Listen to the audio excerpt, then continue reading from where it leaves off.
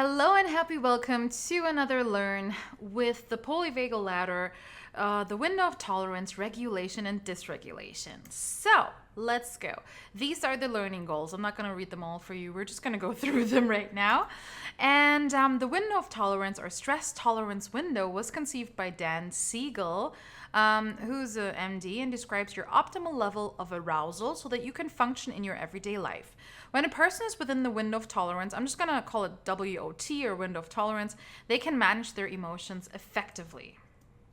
What does that look like? So this is, imagine the nervous system being like a pendulum or like a wave. The pendulum swings from left to right, and here below you can see the window of tolerance, aka the safe zone. This would be what we would describe as either the green zone, that really depends because we also have a faux window of tolerance. But for the purpose of this example, this is like a normal, let's say normal nervous system, regulated nervous system. Then we have the window of tolerance, which is the safe zone. And then we have the pendulum swinging to the parasympathetic and the sympathetic nervous system, right? So we have the sympathetic nervous system that is in its positive way, in its normal sense. It's activating and energy boosting, as you already know. It creates tension, action, fight, flight, chase, and the stress response. So when you're doing physical activity, me talking to you, this is all action as well, right? This makes us active and lively. And then we have the parasympathetic nervous system. It's energy storage, building, recovery and regeneration, digestion, excretion, relaxation, and rest. Switching off and letting go. Now, these are the normal responses, and there is a norm for the body. Yeah, there's no, oh no, everybody's individual. No. There is a normal, really optimal, healthy, functioning body where it pendulates between the healthy sympathetic nervous system response and the healthy parasympathetic nervous system response. Then we have the overstimulation, which is the dysregulation. Both can be dysregulating. The sympathetic nervous system, if I'm on overdrive and if I'm like really in like fighting, that can be overstimulated. Not overstimulated, but like dysregulating as well. So the overstimulation is definitely higher dysregulation. This means you're restless, fidgety, nervous, hands tremble or become clammy. Your pulse races and may be visible that your pulse is racing because you can see it in your like neck, right? Reduced need for sleep. This is the most important thing when you are in overdrive of sympathetic nervous system. You won't be able to fall asleep. You'll have sleep problems, insomnia. Reduced need for sleep and difficulty falling asleep. On the other side, with the parasympathetic nervous system, the overstimulation is more tired, listless, lethargic, and exhausted. Difficulty getting going in the morning, like getting up, is so difficult for you. Feeling like you need more sleep, feeling like you're like you were run over by a bus or something like that, like really heavy. It's very depressive, like, yeah, frequent low blood pressure, cold hands and feet, or even cramps. Yes, so having a large window of tolerance means calming down during emotional turmoil, reduce stress after stressful situations, recover and relax, be able to consciously perceive impulses, control them, and if necessary, postpone them. Not suppress, yeah, just postpone. Take a break between stimulus and reaction. That means, okay, I notice this is making me upset. I'm not gonna just scream at you. I'm gonna wait and see what happens. Deal with frustration, focus and maintain attention, because part of your training here is going to be that you will have to focus and maintain attention for 6 hours plus. This is important. If you cannot, you have to attain that. Why have to? Because a normal, healthy, functioning body can maintain focus for a long amount of time. For the entire day. You can be in full focus for the entire day. Realize intentions and pursue goals.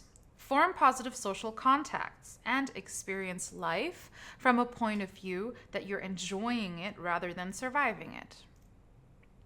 What does regulation mean in this sense? Regulation means being within your own window of tolerance. As you can see, there is like an orange part and a turquoise part, and these parts are basically the zones that are still within the safe zone. But these will expand your window of tolerance because you're kind of like with play is here. Like with I'll explain that later. With training, when you train, you're here. You're not in overdrive. Otherwise, you probably collapse or you'll like be like really short of breath. But if you train effectively, you'll feel it and then you'll expand your window of tolerance. This also works for muscles, right? This works for anything that you train. Especially here in our trauma healer certificate, we are training all the time, which will expand your window of tolerance. So regulation does not mean calmness, but rather a normal oscillation of your nervous system and being in the social engagement system, so the SES. Regulation must be learned as a baby, toddler, or child. This has to be learned and has to be taught by your primary caregiver or secondary caregiver. Otherwise, children will not learn to self-soothe and self-regulate. And that is what happens with many, many children around the world. That happened to me as well. I mean, I wasn't soothed. I mean, I was because I had nannies, but then I desperately needed the mother relationship. And for instance, I didn't even, I wasn't breastfed. I'm a cesarean baby. I have the worst starting conditions.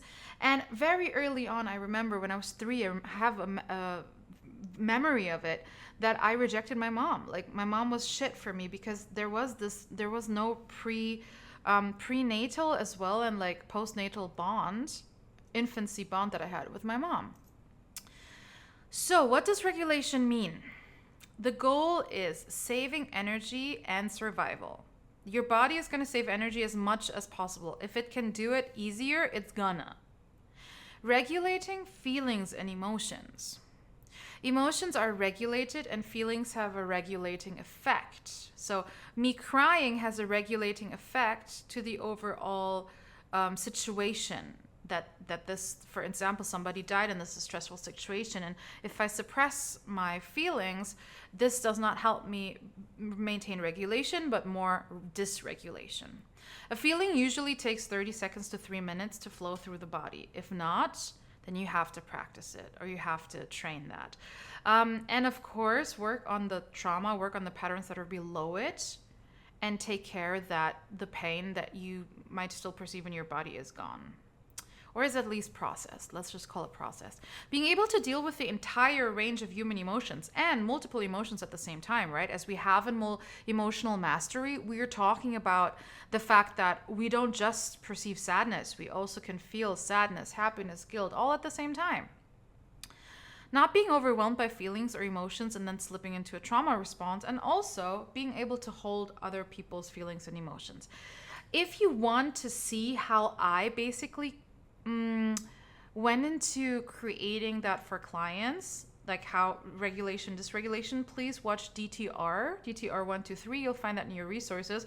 This is the way I explain it to clients in comparison to explaining it to you as a trauma healer, because I expect you to have a more advanced understanding of it anyways, and this is more of the client application, right? But if you want to see how, let's say, picturesque I explain it to my clients, you can definitely take a look at, so all of it, right? Power of Trauma, No Drama Llama, and No Drama Llama, I basically don't have a big drama module here because No Drama Llama is kind of doing the trick for you.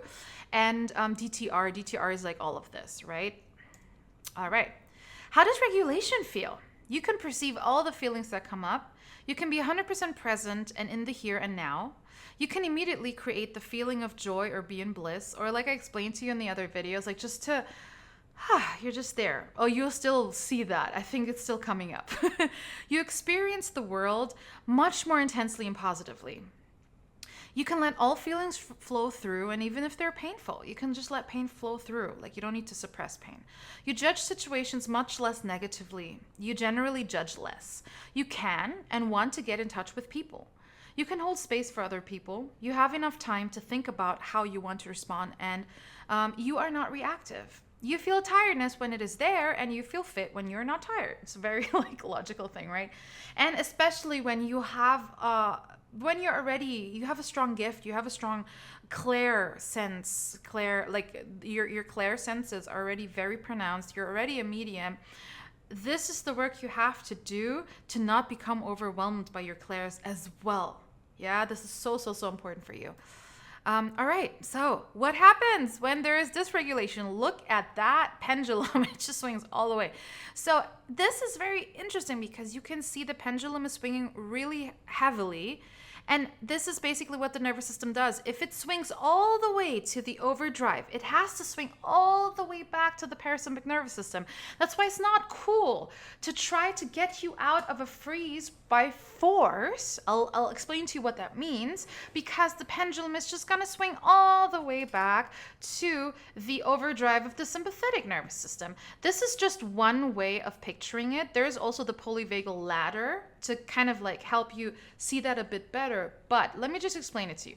If you're dysregulated in parasympathetic, here in the blue one, that means you're so listless. You're like, oh, I'm so exhausted. Okay, let me do something against that. I'm going to drink fucking Red Bull and eat a bag of sweets. Ooh, I'm so energized. Woo!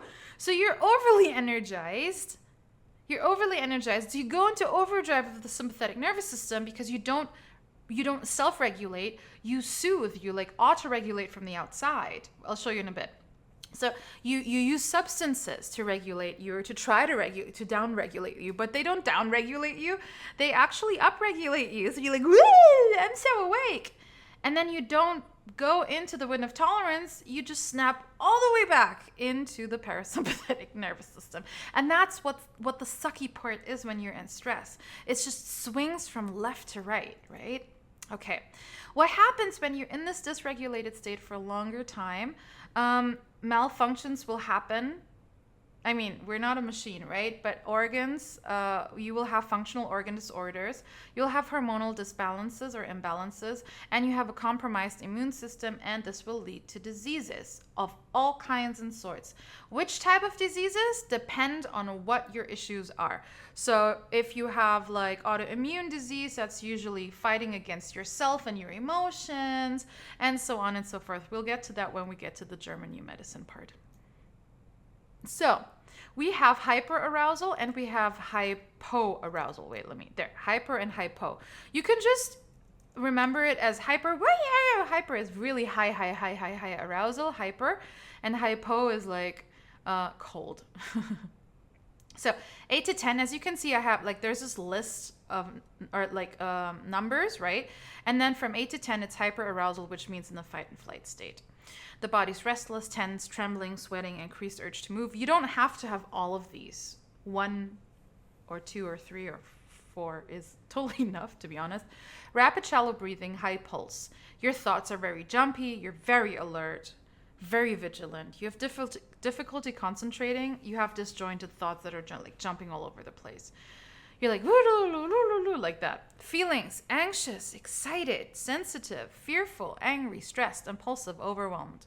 And the action is usually running away, hiding, tantrums, self-harm, fighting other people, being aggressive, being very easily irritable, and just like exploding into stuff.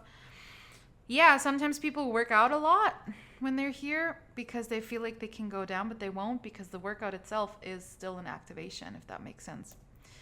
Then we have medium tension, moderate tension, 7 to 5, or 5 to 7 in this case. It's some tense muscles, face, neck, shoulders, partially holding your breath, high focus, high concentration, being present, quick thinking, perceiving feelings in the body, appropriate reactions, communication skills, and mild stress. This is what I would say I am at, because I'm explaining this to you right now. So there's a moderate tension in my body. I am very present, but I think very quickly. My concentration is very high. I can still perceive my feelings in the body. I'm still breathing. So yeah, but I'm not like, because I don't want you to wait for fucking ever until I fucking can finish breathing. This is not about me. This is not about me being present with you right now. This is about me getting you this information. Now, number 4, neutral tension level is calm and relaxed. Deep abdominal breathing, relaxed body, no particular focus on the outside world, and awareness of all feelings in the body. This is, for example, when you meditate, when you're about to sleep, when you're just relaxing on the couch. Hypoarousal, that's the freeze part. The body is cold. When you get cold easily, it's not because you normally get cold easily, it's because you are usually a freezer. That's why you get cold easily. And I'm more of a fighter. I've always been more of a fighter. And fight flight, right? Like I would also avoid, but then I would also fight. And I never get cold. Like I'm super hot all the time. But that's also just like my body's always been like that. But then yeah, fighter and flighters, or fighters predominantly, will always have a high body temperature, more of a high body temperature, and freezers will have a cold body temperature. Then trembling, high pain tolerance, poor body awareness, numbness, drowsiness, little no response to stimuli, low muscle tension, and paralysis. The thinking is really slowed down. It's like, oh, losing track. What were you saying? I wasn't focused. Confusion, lapses, unmotivated, foggy. You're procrastinating a lot, right? Dazed, complete shutdown sometimes. And feelings are detached, uninvolved, emotionally numb, no expression of feelings at all. The actions are ingratiating. What is that? I actually don't know what that means.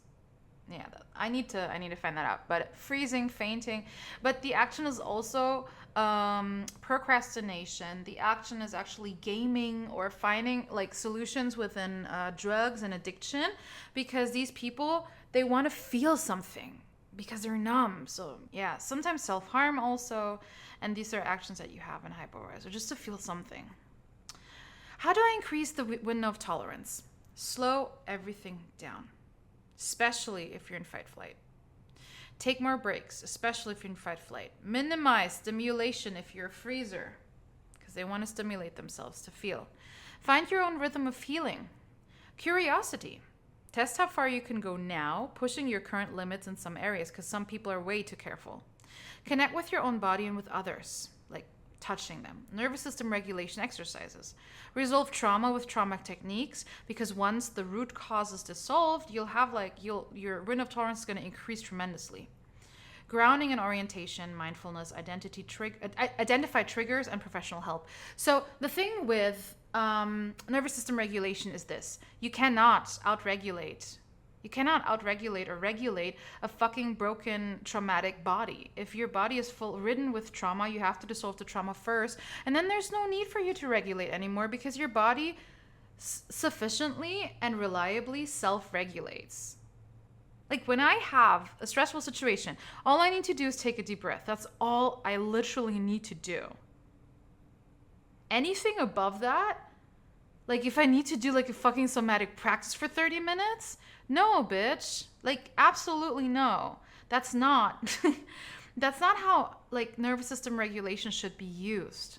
However, when you do somatic practice calls, this helps you temporarily increase the window of tolerance so that you can reach the pain, so that they have trained before, and that they're more aware of their body and not going into like, oh, I can't feel anything. How do I establish my feelings? Yeah, so that's that's what we do. What does dysregulation feel like? So many things. You have difficulty breathing into your abdomen. So you can try. Can I breathe into my lower abdomen? Your inner voice is loud and your inner critic is always present, and you have just a lot of voices in your head. You're always thinking, your parts are always active. You feel like you're wrapped in cotton wool. You feel lonely. You feel insecure. You quickly feel overwhelmed, and when interacting, especially when interacting with people, you are easily agitated. Your mind is constantly talking to you, like brooding, ruminating. Your body is tense. You find it difficult to relax. You can hardly get out of bed in the morning. You have trouble sleeping. You have binge eating episodes, like so much. Drug abuse, procrastination, sex, excessive media consumption, pornography, excessive consumption, promiscuity, and much more. Even, guys, if I am dating and I find out that my partner is consuming pornography, I don't care how much, to be honest with you. That's it. Because pornography is so fucking harmful to the male body. So fucking harmful. And female body as well, of course. But since it's predominantly male, it's so harmful for them, because they're led to believe that they need to ejaculate all the time, when that's actually wasting your energy and keeping you addicted on the outside. The fact remains, if a person needs to ejaculate every day, this is not to shame, right? This is very biological. It is not necessary to ejaculate every day. It's actually a waste of energy. You could have, as a man, so much more energy if you were not led by your dick, because that's a form of control over the masculine. The genuine masculine cannot be controlled with sex. As well as the genuine feminine, I'm not saying the divine, right? The genuine. The genuine feminine cannot be controlled with love, because she already loves herself more than anything else.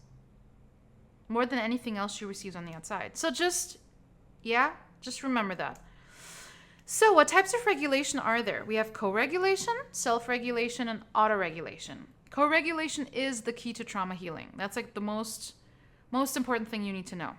The most effective and fastest form of regulation. Because we get that from our parents, ideally. Only in a safe social context, of course. Requires non-judgmental acceptance, presence, and a regulated nervous system in the other person. Kind of like unconditional love, right? In cases of attachment trauma, co-regulation can be unsafe and feel like an addiction.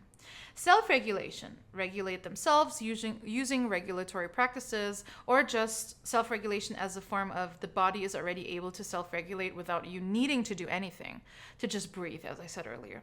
Functional and healthy regulatory practices. Eating is regulation as well. Sitting down is regulation. So there's so many things. Sitting on the floor, being in nature, right? Conscious use of regulation, also known as stress reduction. And then we have the auto-regulation. This is mostly unconsciously, like an automatic response. This includes regulatory practices that are both healthy and unhealthy. But the main difference is that auto-regulation is like you just do it automatically. Like it's almost like a habit. And that's why it's so dangerous, because you need to be consciously aware of it.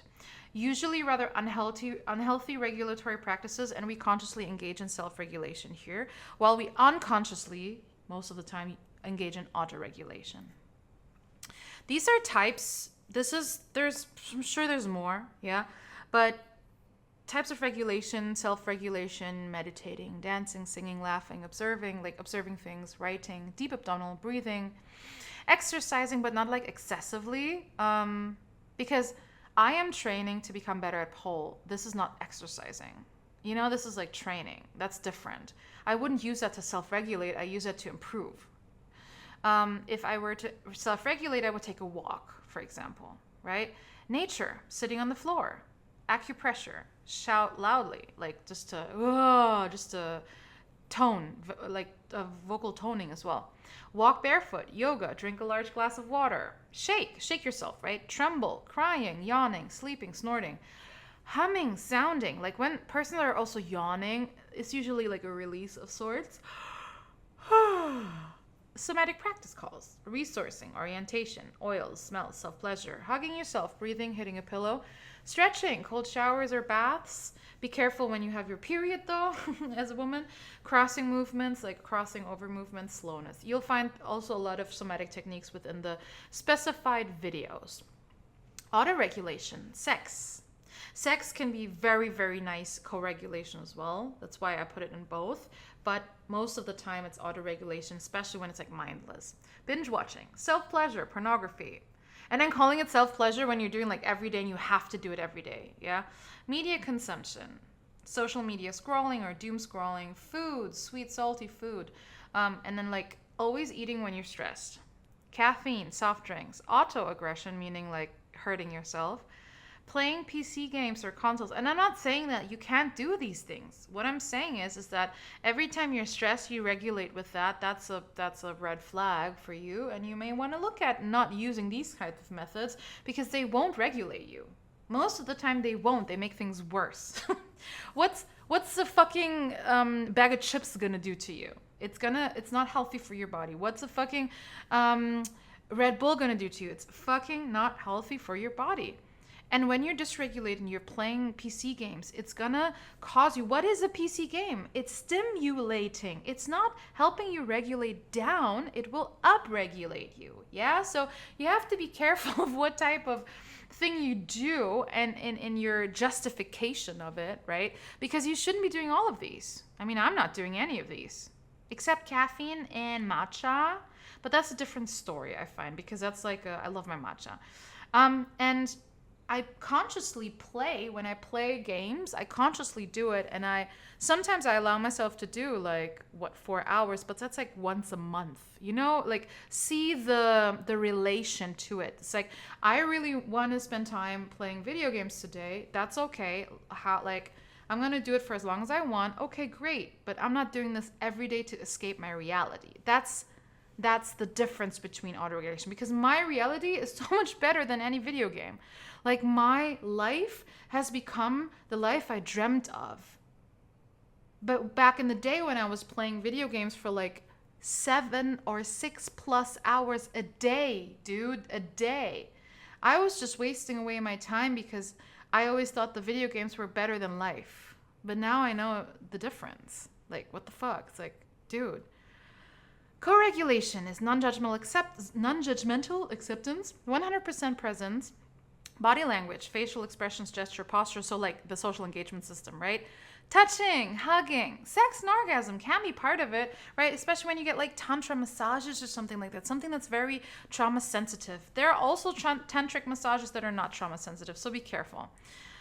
Massages, listening attentively, contact with animals, like petting your animal, dude, that's like so cool. That's like the best thing ever, right? That's such a way to co-regulate yourself.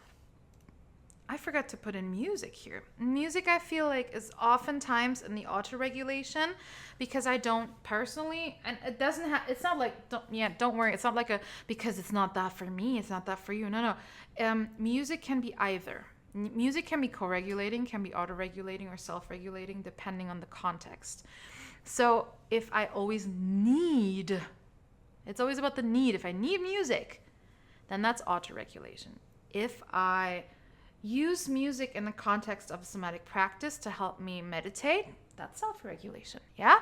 Co-regulation would be maybe if you're playing an instrument, the other person's playing an instrument as well, like actually playing it yourself, that's more co-regulation. All right, so the autonomous hierarchy and the evolution is so interesting, such a little interesting piece that I wanted to bring you, because the dorsal vagal, remember the dude with the different nervous system strands? The dorsal vagal, is it coming up? Nope, wait, there, this dude, the dorsal vagal, which is the red part, the dorsal vagal, has been around for 500 million years. In the mammalian world. The sympathetic nervous system has been around for 400 million years in the mammalian world. So the ventral vagal, the social engagement system, is a relatively new, I wouldn't say invention, is a new development, which I'll go into when we go into polyvagal theory. It's a very new thing compared to the dorsal vagal, which is why it's not as powerful. Like, the dorsal vagal is super powerful compared to the ventral vagal. So we need more time to activate the ventral vagal, and to train it. Once it's activated, you can't unsee it. Once you see it, you can't unsee it, basically. It's that kind of stuff. So let's look at the autonomous hierarchy and evolution inside the brain. I think I've shown you this type, or this is familiar, right? So we have the dorsal vagal sympathetic nervous system, which is the reptilian brain.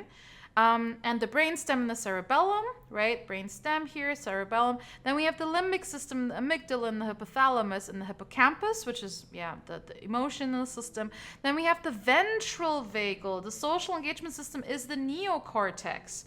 It's the 2 brain hemispheres, it's language, it's abstract thinking, logic, creativity, and so much more. So if we look at the 3 layers or 3 stages of the brain, we look at the ventral vagal being the neocortex, and the dorsal vagal and the sympathetic nervous system being the reptilian brain, which is why, as you can see also, considering the time, right, how new it is, it takes so much longer for information to get here when it's stuck here. So this is what we're basically training to strengthen the connection between this. But you'll see that in trauma, brain in trauma, or brain with trauma.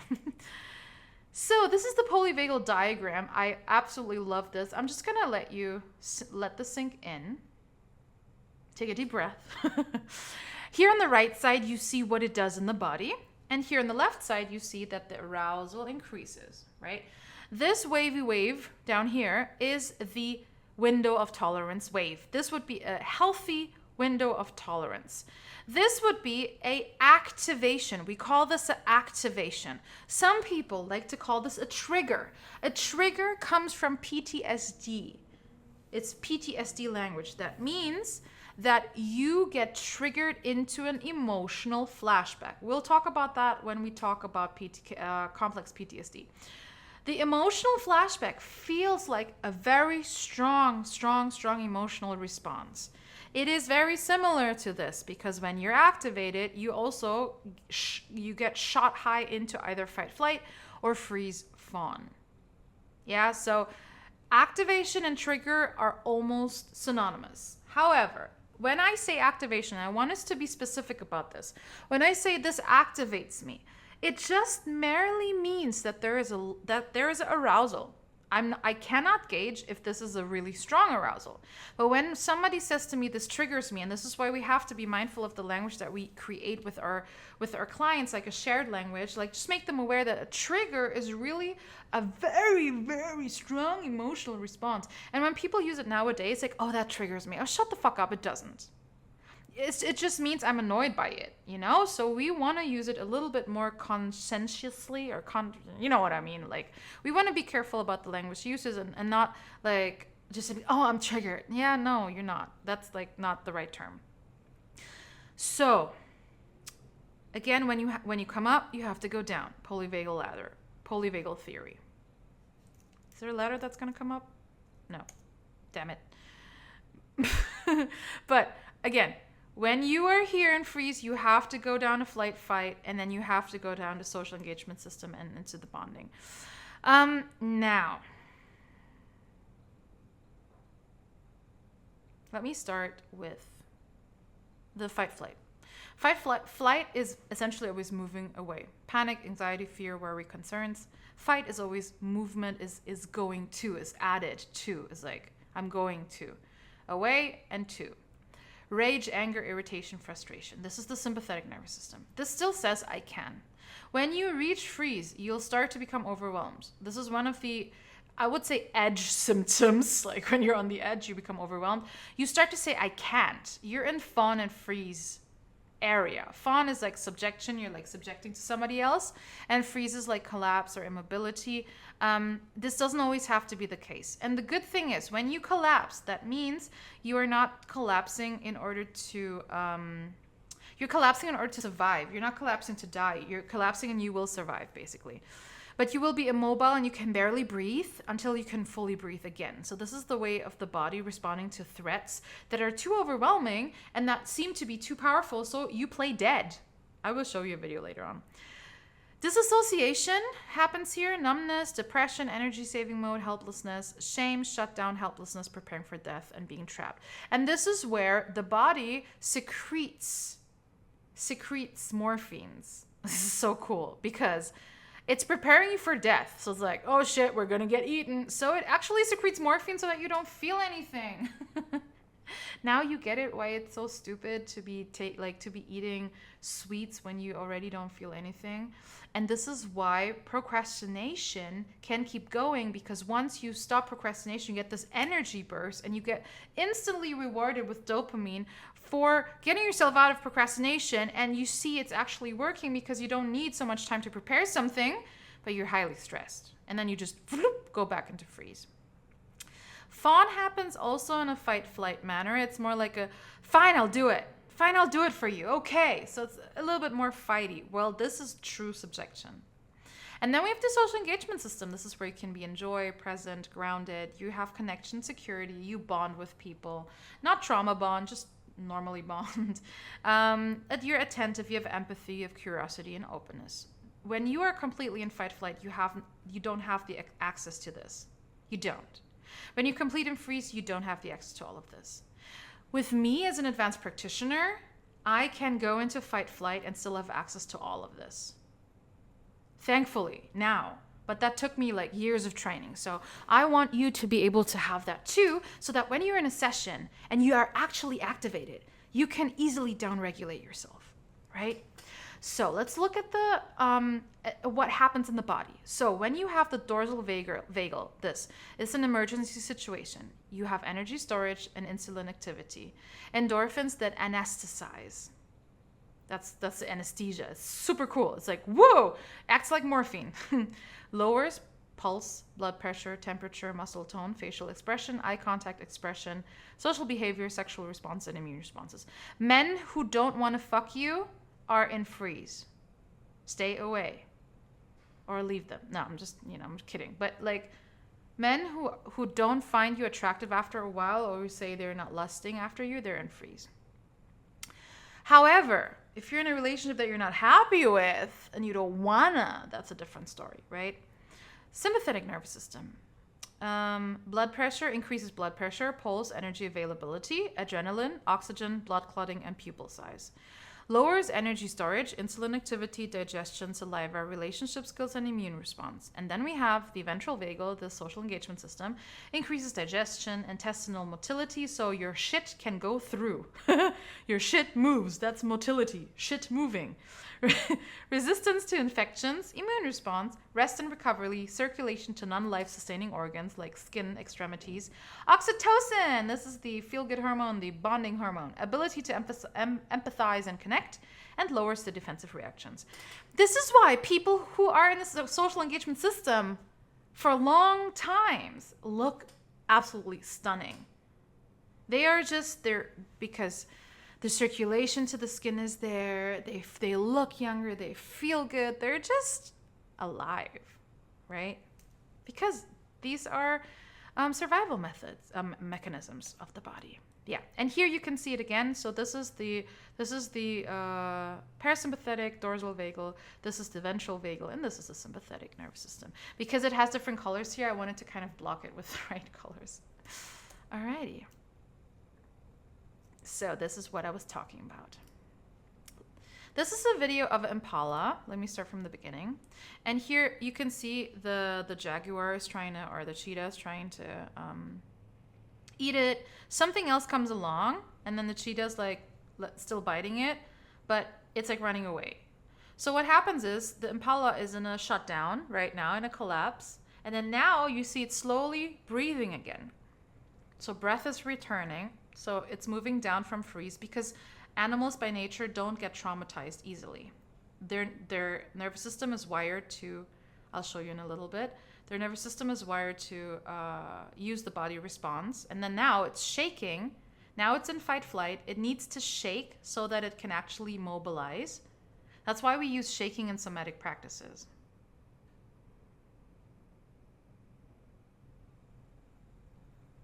And then it can slowly, after a bit, it needs to shake. This is basically so that trauma is not occurring here, because the nervous system is actually able to regulate itself naturally. When you have trauma in children, this is what we'll go to with the brain, it's stored in the body, and that's why we don't have these functions anymore. We have these functions for other things. See, now it can just go on, and now it's gonna hop back to safety. Yay! Bye, impala. So it's gonna hop back to safety to its tribe. The cheetah's like, where is it? I'm looking for my food. Yes. So the nervous system is never only in a clear state.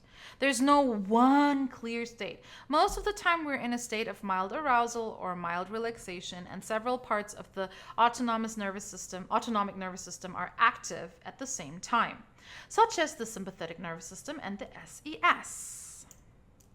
So we do have these, we're going into mixed states right now. So here, this is the parasympathetic nervous system ventral vagal complex, VVC, as we know, VVC. Green area, safe, social. Here we have freedom, fun, food, friendship, family, connection, and love. There are spectrums in the green zone as well. There is what is known as rest and digest, and there's a higher spectrum where you're more active, which involves pleasant sympathetic activation. Like with me, I'm talking to you. It's pleasant sympathetic activation. My body has a calm heart, deep constant breaths, relaxed posture, more expressive voice, hearing focus on other people's voices, and increased digestion, improved immune responses. So you know what's really great about the social engagement system, which I'll explain to you more in the polyvagal theory, is that When you are in social engagement system and you look at one person, you can tune out everybody else because you're so attuned to the other person's voice. The emotions are joy, hope, connection, contentment, security, curiosity, centeredness, and grounding. And behavior, social conversations, collaboration, mindfulness, being creative, solution-oriented, connection to nature and others, playfulness, meditation, learning, reading, intimacy, authentic expression, and expression of love. So, and then we have the sympathetic. This is just kind of like a summary of everything, right? Sympathetic nervous system, fight, flight, find, and fawn. So activated and mobilized.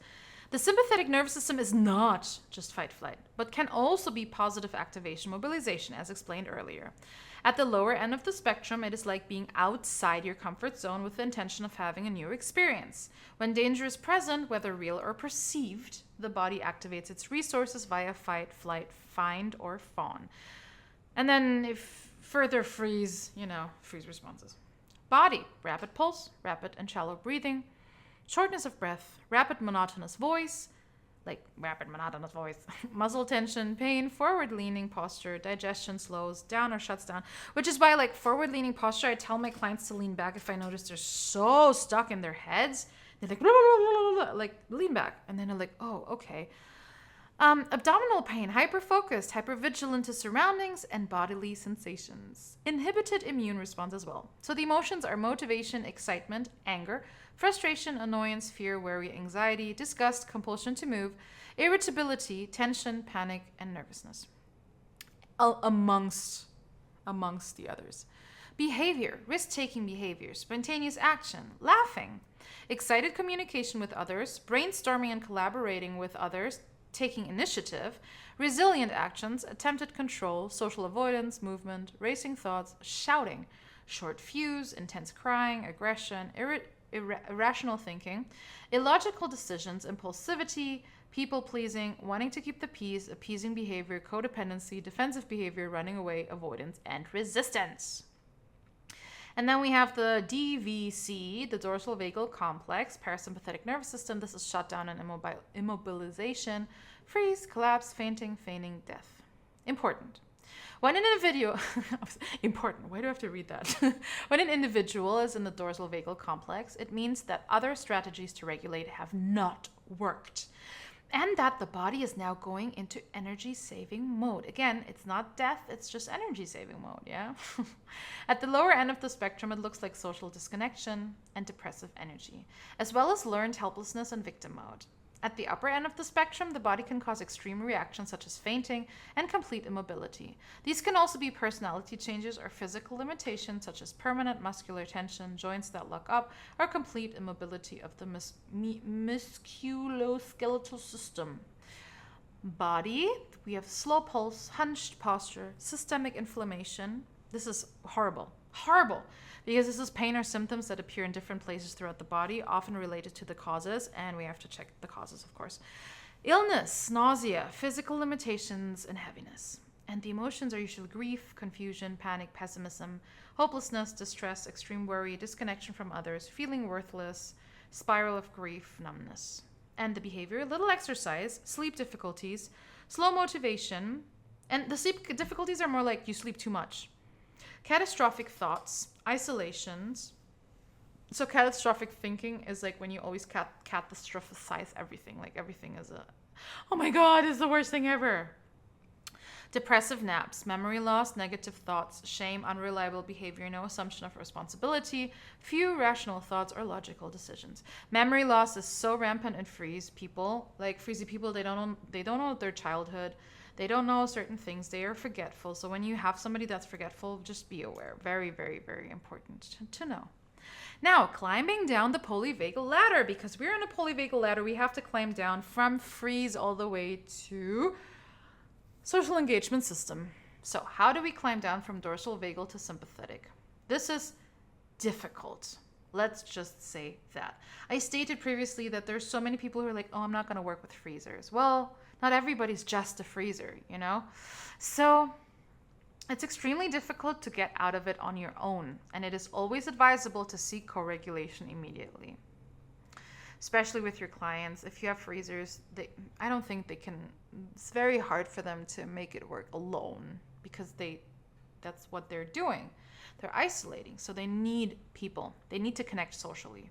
Too much interaction and pressure to respond can push clients deeper into the dorsal vagal state, so be gentle. Increase safety sources, increase safety cues as well, so orientation, gentle voice, eye contact, smell oil, drink water, like all of the safety cues that I gave you in the somatic techniques.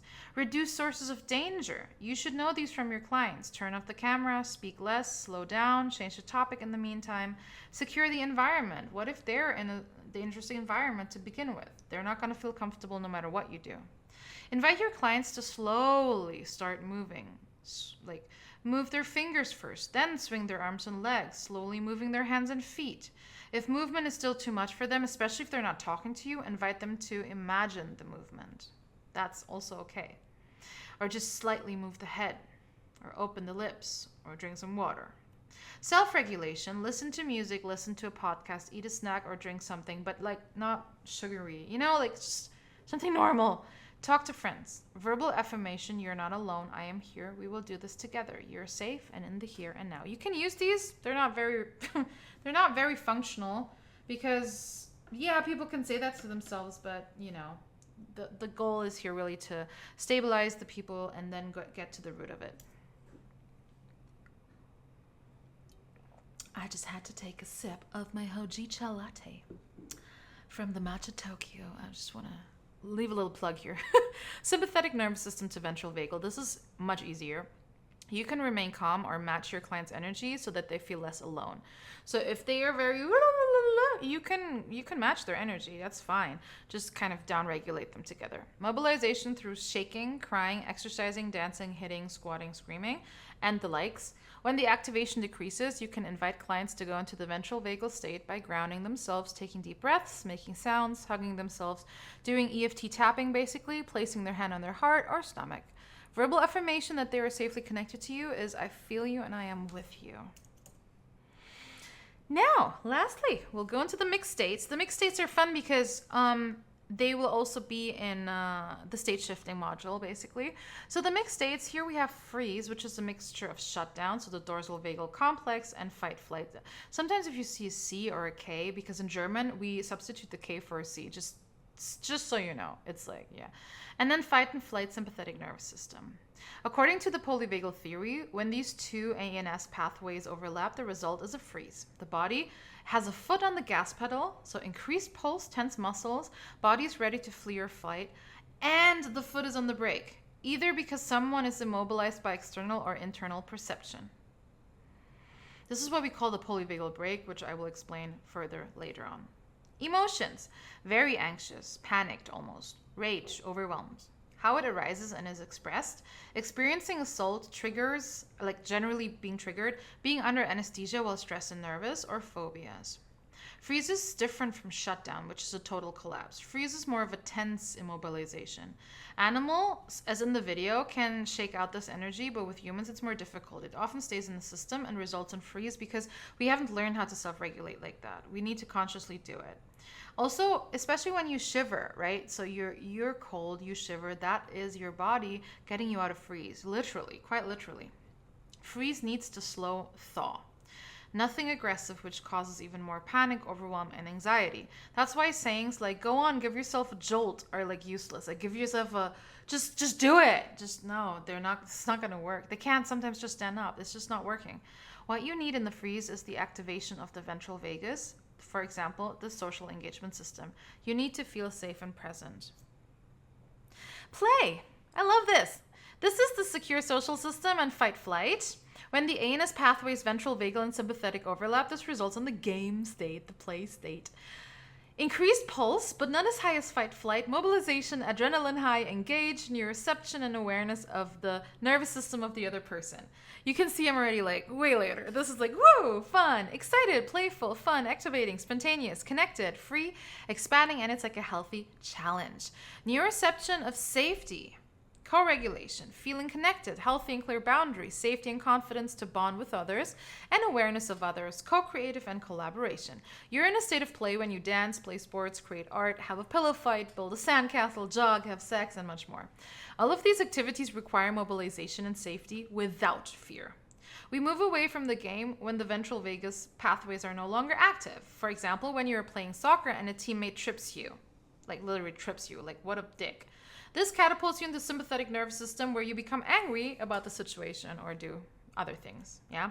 So play is lovely. And then we have silence or intimacy. This is also called intimacy, which is secure social and shutdown. If the ventral and dorsal vagal ANS pathways overlap, resignation or intimacy occurs or silence occurs, yeah?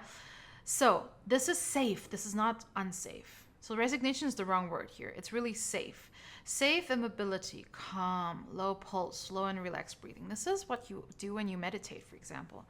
The emotions are relaxed, calm, secure, and zen. The neuroception of safety, relaxation, getting enough sleep, and when you're cuddling, sitting in a lecture, journaling, meditating, sunbathing, going to sleep, you're in stillness. People who are in fight-flight mode, it is difficult to get into stillness. Often stillness is unsafe for them and can bring them into shutdown. For these people, continuous meditation could be a good compromise. Continuous meaning like practicing or even walking meditation, like where you move, could be a really great compromise to go into stillness and silence. People who are in shutdown need more sources of safety to help them feel safe and relaxed. This can be achieved through sounds, visuals, sensations, taste, smell, the environment, co-regulation, or self-care.